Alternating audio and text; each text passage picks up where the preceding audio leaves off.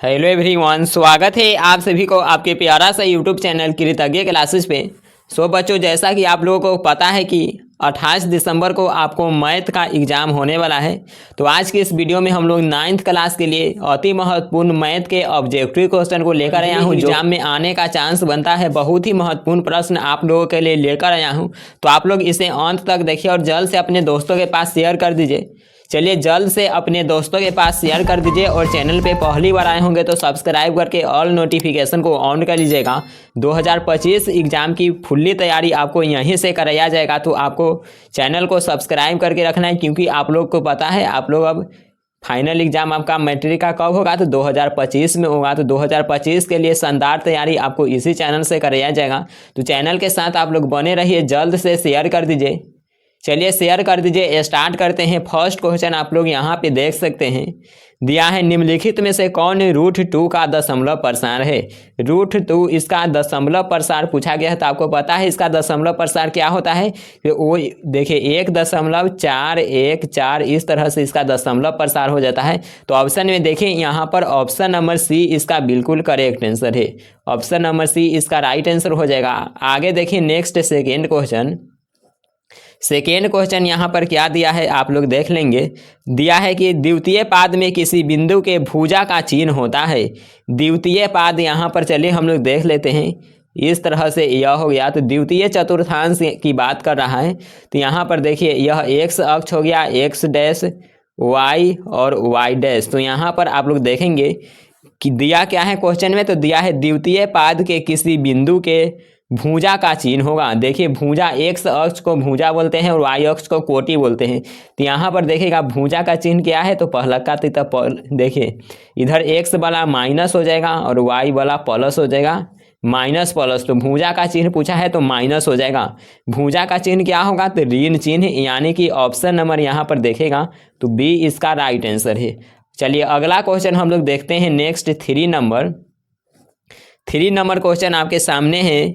दिया है कि बिंदु 8 और -9 किस चतुर्थांश में है। देखिए 8 है और -9, तो पहले एक्स अक्ष वाला प्लस, तो यहाँ पर देखिएगा इसमें जो एक्स वाला आ जाएगा प्लस होगा और वाई माइनस होगा, यानी कि यह चतुर्थांश में है। ऑप्शन में देखेंगे तो इसका डी राइट आंसर हो जाएगा। समझ गए, कोई भी आपको डाउट नहीं हो रहा है, कोई भी डाउट नहीं है। जल्द से आप लोग अपने दोस्तों के पास शेयर कर दीजिए, शेयर भी कर दीजिए अपने दोस्तों के पास। काफ़ी महत्वपूर्ण ऐसा भी सवाल है, ऐसा ही क्वेश्चन आपको एग्जाम में देखने को मिलेगा। अगला क्वेश्चन देखिए, अगला क्वेश्चन दिया है कि एक घातीय समीकरण का लेखा चित्र कैसा होता है। एक घातीय समीकरण, आपको एक घातीय या इसी को बोलते हैं रैखिक समीकरण। एक घातीय या रैखिक समीकरण इसी को बोला जाता है। तो इसका जो इसका लेखा चित्र होगा कैसा होगा, तो यह सरल रेखा होगा। सरल रेखा, यानी कि ऑप्शन नंबर यहाँ पे ए इसका राइट आंसर है। नेक्स्ट क्वेश्चन देखते हैं हम लोग। नेक्स्ट 5 नंबर क्वेश्चन आपको यहाँ पे दिख रहा है, परिमेय संख्या का दशमलव प्रसार कैसा होता है। परिमेय संख्या के बारे में बात करें तो आपको परिमेय संख्या आप लोग पढ़े होंगे संख्या पद्धति में। तो परिमेय संख्या का जो दशमलव प्रसार होता है, ऑप्शन में देखिए, ऑप्शन ए है शांत या अशांत अनावर्त, ऑप्शन बी है शांत या अशांत आवृत्ति, ऑप्शन सी है अशांत अनावर्त और ऑप्शन डी है इनमें से कोई नहीं। तो इसका जो राइट आंसर होगा यह होगा शांत या अशांत आवृत्ति। परिमेय संख्या का जो दशमलव प्रसार होता है यह शांत या अशांत आवृत्ति होता है। तो ऑप्शन नंबर इसका बी बिल्कुल राइट आंसर हो जाएगा। आगे देखते हैं हम लोग नेक्स्ट क्वेश्चन। देखिए नेक्स्ट क्वेश्चन क्या दिया है यहाँ पर। नेक्स्ट क्वेश्चन है कि बहुपद देखिएगा 6 में दिया है, बहुपद x³ x² - 4 इसका घात क्या होगा। क्या इसका घात देखिए 4, 5, 6 या 0। तो घात निकालने के लिए सबसे पहले यहाँ पर आपको मल्टीप्लाई करना पड़ेगा। तो देखिए क्या हो जाएगा, इसे करेंगे तो x⁵ हो जाएगा और प्लस माइनस -4x³। तो यहाँ पर घात देखिए, इसका घात क्या आता है, अधिकतम घात 5 आता है, तो 5 हो जाएगा, यानी कि ऑप्शन नंबर इसका बी राइट आंसर है। आगे देखते हैं हम लोग नेक्स्ट क्वेश्चन। कोई भी आपको डाउट नहीं हो रहा है। अगला क्वेश्चन देखिए, अगला यहाँ पे क्वेश्चन दिया है बहुपद। देखिए 7 नंबर क्वेश्चन क्या है, बहुपद 4x³ -6x² + 1, इसका घात क्या होगा? तो देखिए यहाँ पे 3 हो जाएगा, 3 हो जाएगा। ऑप्शन कौन में है? तो ऑप्शन नंबर बी में है यह। चलिए आगे बढ़ते हैं हम लोग नेक्स्ट क्वेश्चन में। तो यहाँ पे नेक्स्ट क्वेश्चन देखिए क्या दिया गया है कि एक बिंदु का भुज ऋणात्मक है। भुज क्या दिया है? भुज, तो भुज दिया है कि ऋणात्मक है। तो ऋणात्मक भुज देख लीजिए, यही वाला ऋणात्मक हुआ, ये वाला ऋणात्मक हो गया। एक्स अक्ष को भुज कहते हैं। तो भुज ऋणात्मक है, यह बिंदु कहाँ अवस्थित होगा? तो यह देखिए भुज ऋणात्मक है, यानी कि यह देखिए ऑप्शन ये है एक्स अक्ष के ऊपर नहीं होगा। एक्स अक्ष के यह किधर होगा? तो एक्स अक्ष के बाएं साइड में होगा। यहाँ पे देखिए यह एक्स अक्ष हुआ, तो ऋणात्मक बिंदु इधर हो जाएगा एक्स अक्ष के बाएं साइड, यानी कि यहाँ पर ऑप्शन नंबर इसका बी राइट आंसर है। चलिए कोई भी डाउट नहीं है, जल्द से अपने दोस्तों में शेयर कर दीजिए, बहुत ही यह महत्वपूर्ण सवाल है। आगे बढ़ते हैं, कोई भी आपको डाउट नहीं हो रहा है? बिल्कुल। तो अगला क्वेश्चन देखिए, अगला क्वेश्चन है एक बिंदु की कोटि धनात्मक है तो यह बिंदु कहाँ अवस्थित होगा? तो आपको बताए हैं कि एक्स अक्ष को क्या बोलते हैं? तो एक्स अक्ष को बोला जाता है भुज, और वाई अक्ष को बोला जाता है, वाई अक्ष को कोटि, वाई अक्ष को कोटि बोला जाता है। यहाँ पे दिया है कि कोटि धनात्मक है। कोटि धनात्मक किधर होगा? देखिए यही वाई अक्ष हुआ, और ये वाला कोटि ऊपर वाला धनात्मक हुआ। यह कहाँ है? तो यह एक्स अक्ष के ऊपर है। एक्स अक्ष यह है एक्स अक्ष के ऊपर। तो ऑप्शन में देखिए एक्स अक्ष के ऊपर दिया है ऑप्शन नंबर डी में, ऑप्शन नंबर डी में दिया है। तो इसका राइट आंसर हो जाएगा 9 नंबर क्वेश्चन का राइट आंसर हो जाएगा ऑप्शन नंबर डी। चलिए आगे बढ़ते हैं, कोई भी यहाँ तक आपको डाउट नहीं है। तो नेक्स्ट क्वेश्चन आपके सामने आएगा 10 नंबर। देखिए 10 नंबर क्वेश्चन यहाँ पे है, x बराबर 0 का आलेख है। बताइए, बिल्कुल सिंपल प्रश्न है। x बराबर 0, x का मान 0 यहीं पे होगा। इसका आलेख की बात करें तो इसका आलेख यह हो जाएगा y अक्ष। क्या आलेख होगा? तो y अक्ष, y अक्ष, यानी कि ऑप्शन नंबर इसका बी बिल्कुल करेक्ट आंसर है। आगे हम लोग देखते हैं नेक्स्ट क्वेश्चन। तो नेक्स्ट क्वेश्चन देखिए यहाँ पे कि y बराबर 0 का आलेख है। तो y बराबर 0 का आलेख, x बराबर 0 का आलेख देखें तो y अक्ष, और y बराबर 0 का आलेख तो यह x अक्ष हो जाएगा, यानी कि ऑप्शन में देखिए यहाँ पर इसका ए बिल्कुल राइट आंसर है, x अक्ष। नेक्स्ट क्वेश्चन देखिए, नेक्स्ट यहाँ पे दिया है दो भिन्न बिंदुओं से कितनी रेखा गुजर सकती है? जैसे कि मान के चलिए यह 12 नंबर यह क्वेश्चन हो गया। तो यह एक बिंदु हो गया, यह एक बिंदु हो गया। तो ये दो भिन्न बिंदु है, अलग अलग बिंदु है। तो इससे सरल रेखा कितना गुजर सकता है? तो इस तरह से जाइएगा तो मात्र एक ही सरल रेखा इससे गुजर सकता है। तो ऑप्शन नंबर यहाँ पर राइट आंसर हो जाएगा ए, एक। नेक्स्ट क्वेश्चन में बढ़ते हैं। चलिए कोई भी यहाँ तक आपको डाउट नहीं है। अगला देखिए यहाँ पे कि दो भिन्न रेखाओं में अधिक से अधिक कितनी बिंदु उभयनिष्ठ हो सकते हैं? दो भिन्न रेखा में अधिक से अधिक कितने बिंदु उभयनिष्ठ हो सकते हैं? जैसे कि यह एक रेखा है, यह एक रेखा, इसमें उभयनिष्ठ बिंदु की बात करें, उभयनिष्ठ बिंदु कितने हो सकते थे? सिंपल है, इस तरह से इसे नहीं दर्शाएंगे। सिंपल यह क्वेश्चन, इसमें कुछ करना ही नहीं है, एक हो जाएगा। ऑप्शन में देखिए तो ए इसका राइट है। आगे देखते हैं next question. Next 14 number question आपको दिख रहा है कि यदि दो कोणों की मापों का योगफल 180 डिग्री हो तो उन्हें कहते हैं। देखिए दो कोणों का योग 180 डिग्री है, तो कौन सा कोण होगा? कौन सा कोण? तो सिंपल है, समपूरक कोण।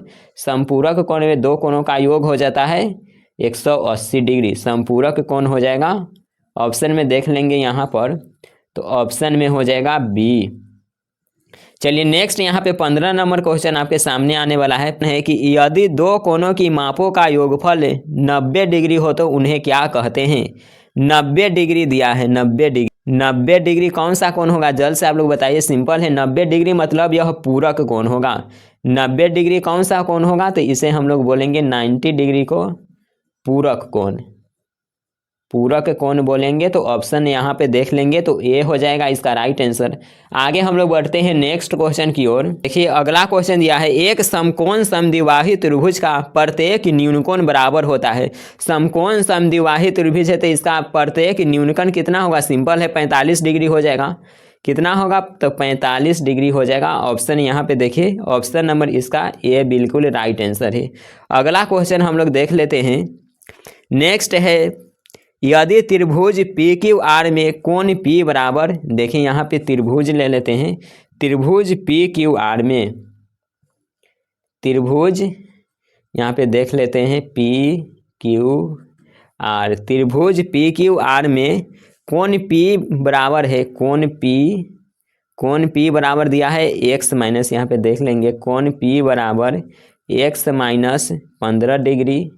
उसके बाद दिया है कोण Q बराबर दिया है 2x प्लस 30 डिग्री। और उसके बाद यहाँ पे दिया है कोण R बराबर x प्लस 45 डिग्री।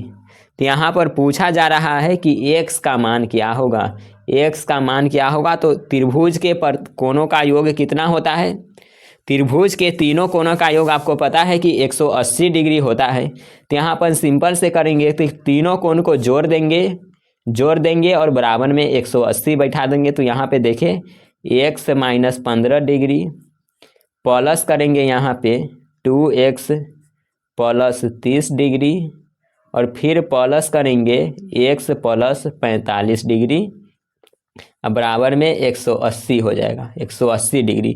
तो यहाँ पे देखिए x 2x और 2x तो 4x 4x, यहाँ पर देखिएगा तो देखिए -15 है और प्लस 30 है, तो यह हो गया 15 और 45 कितना हो जाएगा, तो 15 यहाँ पर देख लेंगे, आपको सीधा बता देते हैं, यह 15 बच गया और यह बच गया 45, अब बराबर में हो जाएगा 180। यहाँ पे देखिए 4x यहाँ पे जोड़ देंगे दोनों को तो 0, 4 1 5 1 6 बराबर 180।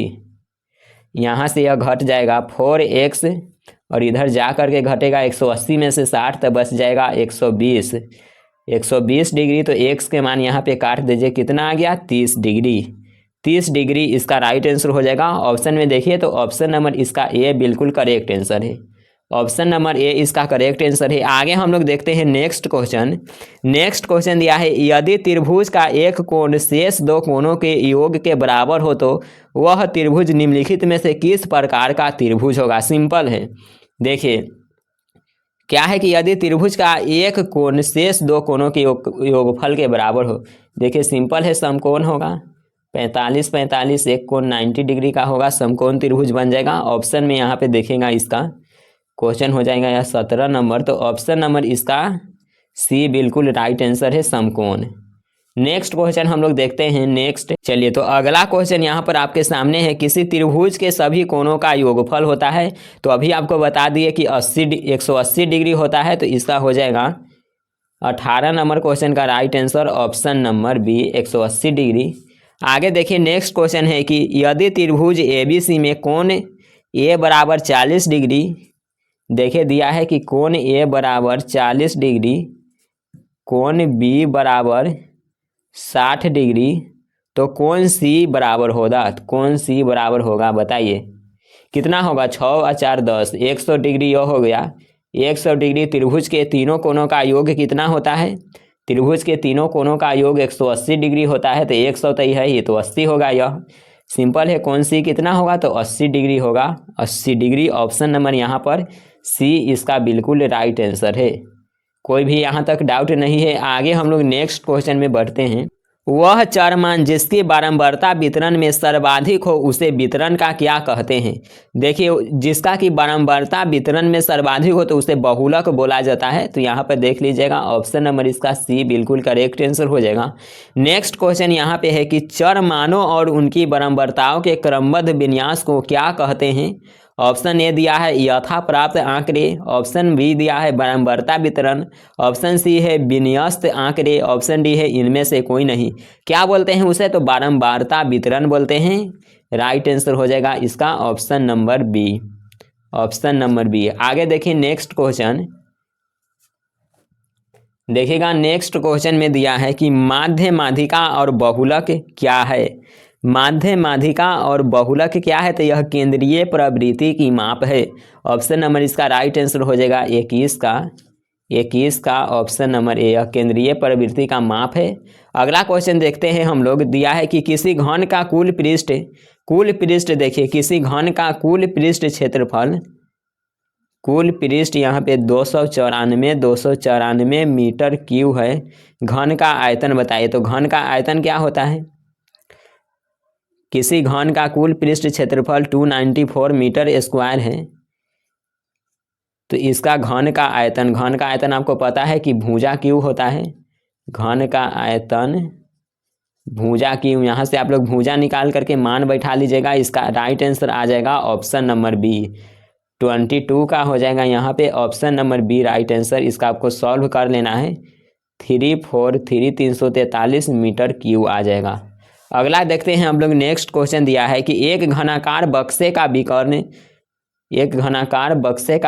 रूट 300 सेंटीमीटर है, इसका आयतन है।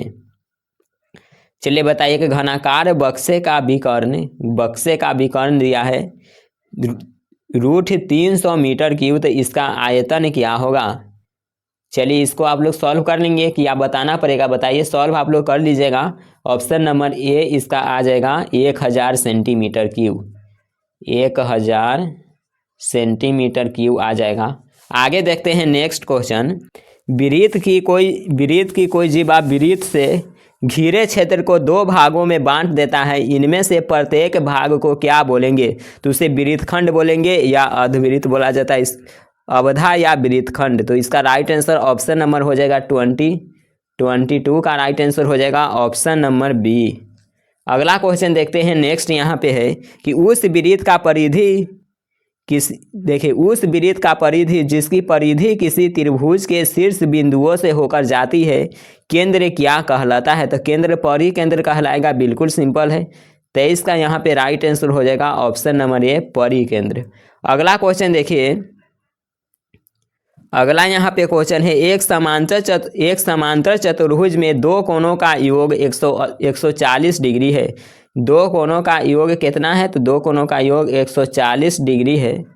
140 डिग्री है तो प्रत्येक कोण की माप है। तो प्रत्येक कोण की माप सिंपल प्रश्न है, 70 डिग्री होगा। कितना होगा? 70 डिग्री। ऑप्शन में देख लेंगे यहाँ पर, तो डी इसका बिल्कुल राइट आंसर हो जाएगा। अगला क्वेश्चन है कि एक समांतर चतुर्भुज में 2 आसन्न कोणों का योग है। 2 आसन्न कोणों का योग समांतर चतुर्भुज में कितना होता है? तो 180 डिग्री होता है। 25 का राइट आंसर हो जाएगा ऑप्शन नंबर ए 180 डिग्री। चलिए आगे बढ़े। अगला यहाँ पे क्वेश्चन है कि एक सिक्के की उछाल में 26 नंबर क्वेश्चन देखिएगा। एक सिक्के की उछाल में कुल संभव परिणामों की संख्या है। एक सिक्के को एक ही बार उछाला जाता है, तो क्या आएगा? तो हेड आएगा या टेल आएगा। हेड आएगा या टेल आएगा, यानी कुल संभव परिणाम 2 होगा। तो ऑप्शन यहाँ पे ए में दिया है, ये इसका करेक्ट आंसर है। अगला क्वेश्चन देखिए 27 नंबर क्वेश्चन है, ऐसा प्रयोग जिसके परिणामों के विषय में कोई प्रागुक्ति नहीं की जा सके, क्या कहलाता है? जिसका कि परिणामों के बारे में कुछ भी प्रायुक्ति नहीं किया जा सकते, तो उसे यादृच्छिक प्रयोग बोलेंगे। ऑप्शन नंबर इसका ए राइट आंसर है। सिंपल सा ऐसा प्रश्न है थ्योरी का।